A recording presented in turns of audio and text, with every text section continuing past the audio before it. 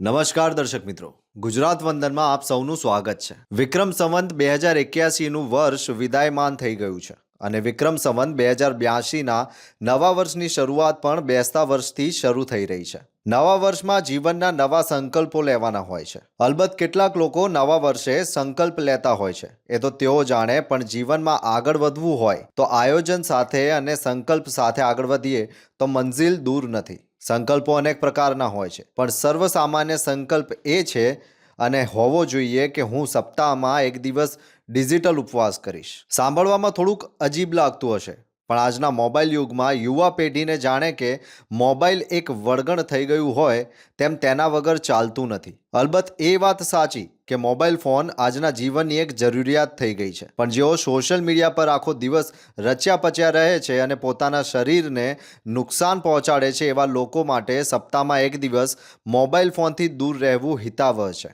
અને જેમ આપણે ધાર્મિક રીતે એક દિવસનો ઉપવાસ કરીએ છીએ, તેમ તેને ડિજિટલ ઉપવાસ કહી શકાય. તેનાથી એક દિવસ બ્લુ સ્ક્રીનથી દૂર રહી શકાશે અને બને તો એક દિવસ સોશિયલ મીડિયાથી દૂર રહીએ તો તેમાં કંઈ ખાટું મોડું થઈ જવાનું નથી. તેથી ખાસ કરીને યુવા પેઢીએ નવા વર્ષના સંકલ્પ તરીકે સપ્તાહમાં એક દિવસ ડિજિટલ ઉપવાસ કરવાનું નક્કી કરવું જોઈએ. ધન્યવાદ. આભાર.